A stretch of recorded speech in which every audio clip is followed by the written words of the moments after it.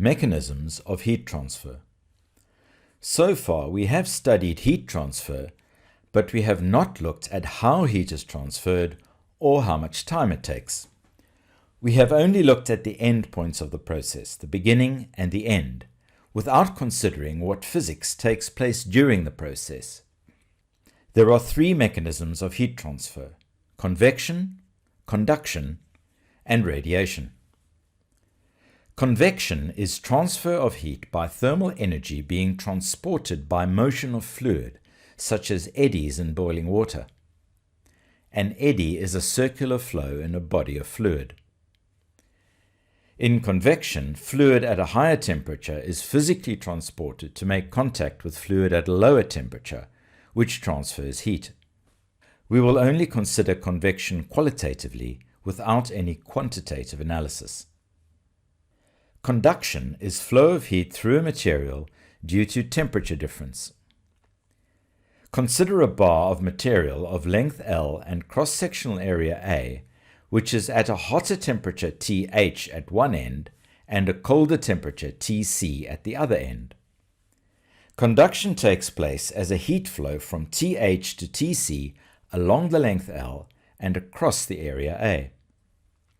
This may be called a heat current, capital H, in which a quantity of heat, Q, flows through the material during time t, and then H is equal to Q divided by T. In a similar way, charge flows through a conducting wire and electric current is I equals charge per unit time.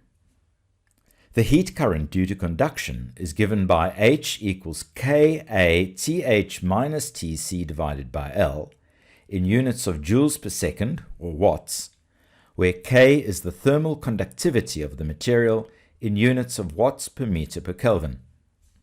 Different materials can have very different thermal conductivity.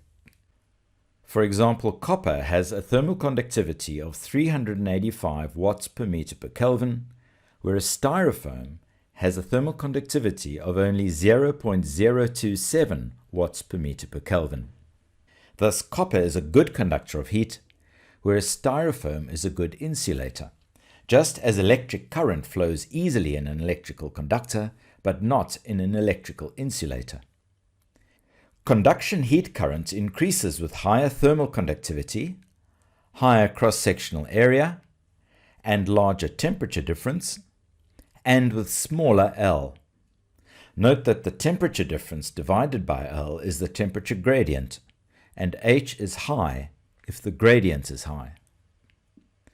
At a microscopic scale, heat conduction occurs because more energetic vibrating molecules at a higher temperature interact with less energetic neighboring molecules at a lower temperature and transfer some of their energy.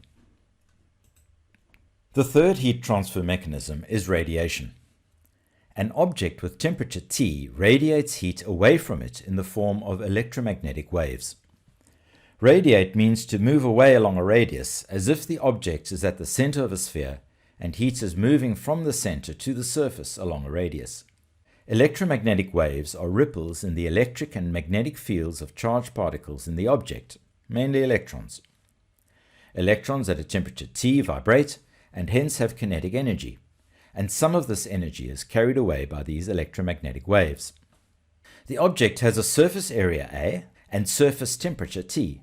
Then the radiation heat current is given by the Stefan-Boltzmann law, which is H equals AE sigma T to the power 4, where the emissivity E is a dimensionless number between 0 and 1, and sigma is the Stefan-Boltzmann constant, equal to 5.670 times 10 to the minus 8 watts per square meter per Kelvin to the power 4.